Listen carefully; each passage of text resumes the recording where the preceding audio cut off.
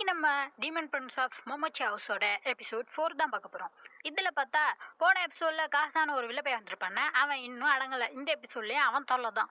இதில் ஃபஸ்ட்டு சீன்லேயே பார்த்தீங்கன்னா நம்ம ஹீரோ அப்புறம் யுகாரி இசையெல்லாம் ஒன்றா சேர்ந்துட்டு திருப்பி திருப்பி பேரியர் போட்டுகிட்டே இருக்காங்க. அது உடஞ்சி போயிட்டே இருக்கு. இப்படி இது உடஞ்சிக்கிட்டே இருக்கு. எல்லாமே அந்த காசாவால் தான்.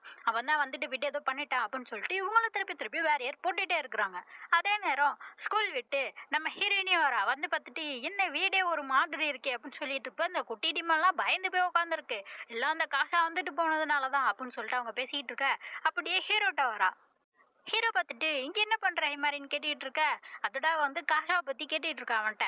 அவன் வந்து அதை சொல்லணும்னா அதுக்கு போல எனக்கு அதை வச்சு தருவியா அப்படின்னு சொல்லிட்டு கேட்டுட்டு இருக்கா. அவனை பிடிச்சி தள்ளிட்டு இசைட்டா கேட்டுட்டு இருக்கா. இசை நீ வந்து ஃபயர் டீமன் தானே? ஏன்னா காசாவும் ஃபயர் டீமன் சேர்ந்தவன் தான். அது மாதிரி கேட்குறப்ப இசை சொல்கிறான், இல்லை இல்லை நானும் அவனும் வித்தியாசம் பண்ணுவேன். அவனோட நெருப்பு எல்லாத்தையுமே உறிஞ்சிக்கும், என்னோட நெருப்பு எல்லாத்தையுமே அழிச்சிரும் அப்படிங்கிற மாதிரிலாம் சொல்லிட்டு இருக்கான். சரி ஏதோ ஒன்று பாரு, இந்த வீட்டில் காசா அவனோட மார்க்காக போட்டுட்டு போயிருக்கான், அதெல்லாம் நீ கொஞ்சம் அழிச்சு விட அப்படின்னு சொல்லிட்டு கேட்டுட்டு இருக்க. அப்பதான் இவங்க சொல்றாங்க எது மார்க்கா அப்படின்னு சொல்லிட்டு. ஆமா உங்களுக்கு தெரியலையா அப்படின்னு சொல்லிட்டு கேக்குறா.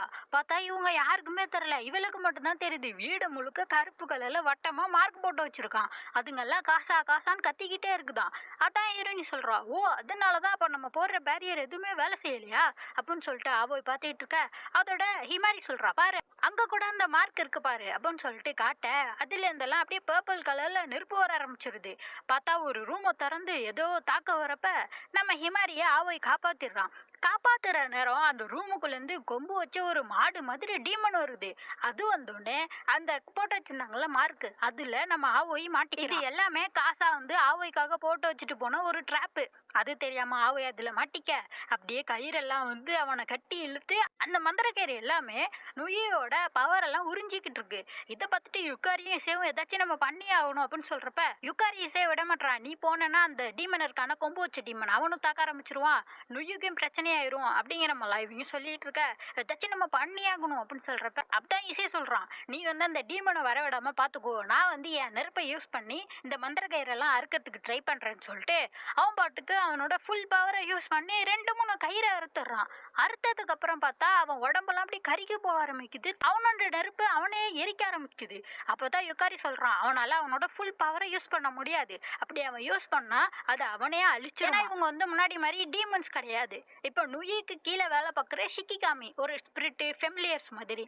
அதனால அவனால அந்த அளவுக்கு பவர் எல்லாம் யூஸ் பண்ண முடியாது அப்படிங்கிற மாதிரி சொல்லிட்டு இருக்கான். இதை கேட்டோன்னே நம்ம ஹிமாரியா இசை என்னாச்சு இசை என்னாச்சுன்னு சொல்லிட்டு கத்திட்டு இருக்கா. அப்படியே நம்மளுக்கு இசையோட ஃபிளாஷ்பேக்கை காட்டுவாங்க. அப்ப பார்த்தா இசை கூட குட்டியா ஒரு டீமன் இருக்கும், பெட்டு மாதிரி.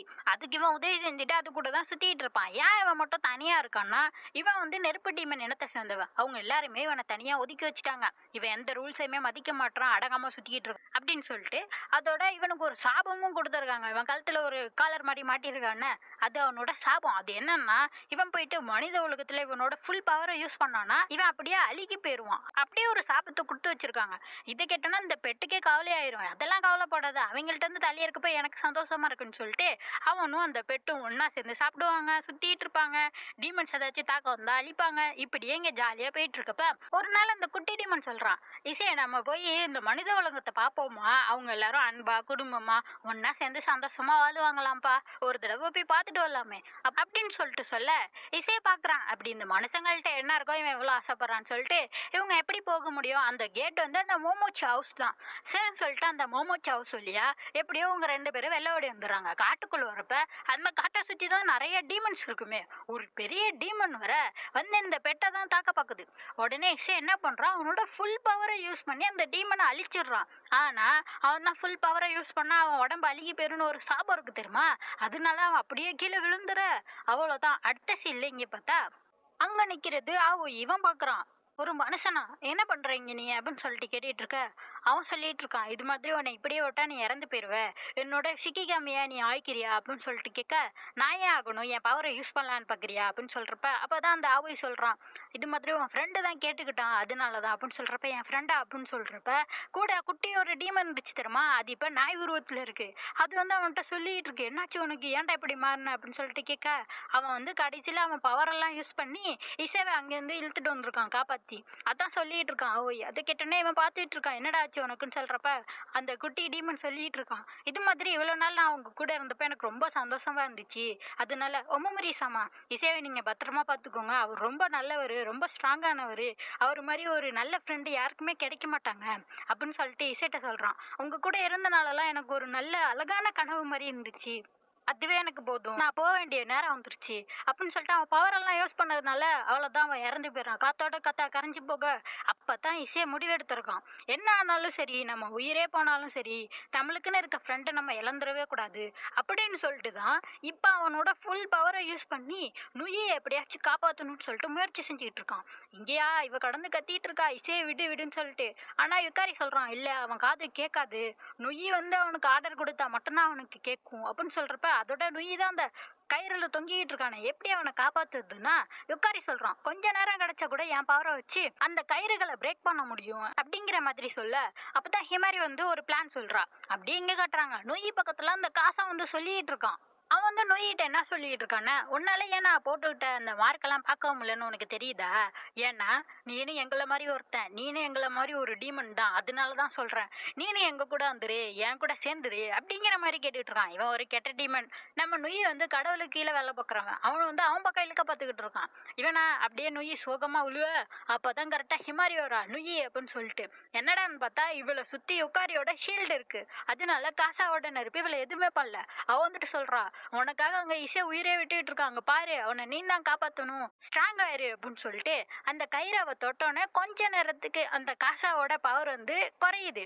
அப்ப என்ன பண்றான் யுகாரி, கரெக்டா அந்த கயிறெல்லாம் அறுத்து விட்டுறான். நம்ம நொய்யை அதுல இருந்து காப்பாத்திட்டாங்களா. நொய் ஹீரோயினிக்கு நன்றிலாம் சொல்றான். சொல்லிட்டு இசைட்ட சொல்றான், நான் சொல்றது கேளு என்னோட ஷிக்கிகாமி, உன்னோட பவருக்கு நீ திரும்பி வா, உன்னை நீ திருப்பி கண்ட்ரோல் பண்ணுங்க அப்படின்னு சொன்னோன்னே இசை அவனோட பழைய நிலைமைக்கு வந்துடுறான். உன்னோட நெருப்பை யூஸ் பண்ணி இந்த டீமனை அழிச்சிடு அப்படின்னு சொன்னோன்னே அந்த மாட்டு டீமன் இருந்தானா அவனை அப்படியே ஈஸியா அழிச்சோன்னு பார்த்தா ஒரு பக்கம் வீடே உடஞ்சிட்டு போயிருமா. ஹிமாரியா அவன் நின்றுட்டு, ஐயோ என் வீடு அப்படின்னு சொல்லிட்டு இருக்க. இசை சொல்றான், ஆமா என்னோட ஃபுல் பவரை யூஸ் பண்ணிருக்கேன்னா இப்படிதான் உடஞ்சு போகும் அப்படிங்கிற மாதிரி சொல்ல, இப்படி என் வீடு போயிடுச்சு அப்படின்னு சொல்லிட்டு இமாரி சொல்லிட்டு இருக்க. இசை சொல்றான், சே சே ஏன் இப்படி அழுதுட்டு இருக்க, நானே சரி பண்ணி தரப்பா அப்படிங்கிற மாதிரி சொல்ல, இமாரி சொல்றான், நான் உனக்கு உதவி செய்றேன், ஏன்னா நம்ம ஃப்ரெண்ட்ஸு ஃபேமிலி இல்ல ஒன்னா வாழ்றோம்ல அப்படிங்கிற மாதிரி சொல்லிட்டு இருக்க. இசையும் அதை பார்த்து அப்படியே சிரிச்சிட்டு இருக்கான். யுக்காரியும் ஆவோயும் பேசிட்டு இருக்காங்க. யுக்காரி சொல்றான், நான் நினைச்சு கூட பார்க்கல இந்த ஹிமாரி பொண்ணு இந்த அளவுக்கு ஸ்ட்ராங்கா இருப்பான்னு சொல்லிட்டு, காசாவோட நெருப்பை பார்த்து கூட பயப்படாம உனக்கு உதவி வந்தா அப்படிங்கிற மாதிரிலாம் சொல்லிட்டு இருக்க. நம்ம நினைச்சு பார்க்க முடியாத அளவுக்கு இந்த பொண்ணு ஸ்ட்ராங்கா இருக்காளே அப்படின்னு சொல்லிட்டு இவன் பாட்டுக்கு போயிட்டு எமாரிய கட்டி பிடிச்சுக்கிறான். கட்டி பிடிச்சு முத்தம் கொடுக்குறான். இவன் பிடிச்சு தள்ளி விட்டுறா, என்னடா பண்ணிட்டு இருக்கேன்னு சொல்லிட்டு. இவன் இப்படி தனியா இருந்ததுனால என்ன பண்றது அப்படிங்கிற மாதிரி இவனுக்கு எதுவுமே தெரிய மாட்டேங்குது போல, அதனாலதான் இப்படி பண்ணிட்டு இருக்கான். அதோட இமாரி ஏன்டா இப்படி பண்ணிட்டு இருக்க அப்படின்னு சொல்லிட்டு கேட்க, அப்பதான் அவன் சொல்றான், எனக்கு ஒரு வேண்டுதல், இன்னும் கொஞ்சம் நாள் என் கூடயே இருக்கியா அப்படின்னு சொல்லிட்டு கேட்டுட்டு இருக்கான். இவ பாக்குறா, நீ ஏன் எனக்கு புரியாத மாதிரியே பேசிட்டு இருக்க அப்படின்னு சொல்லிட்டு.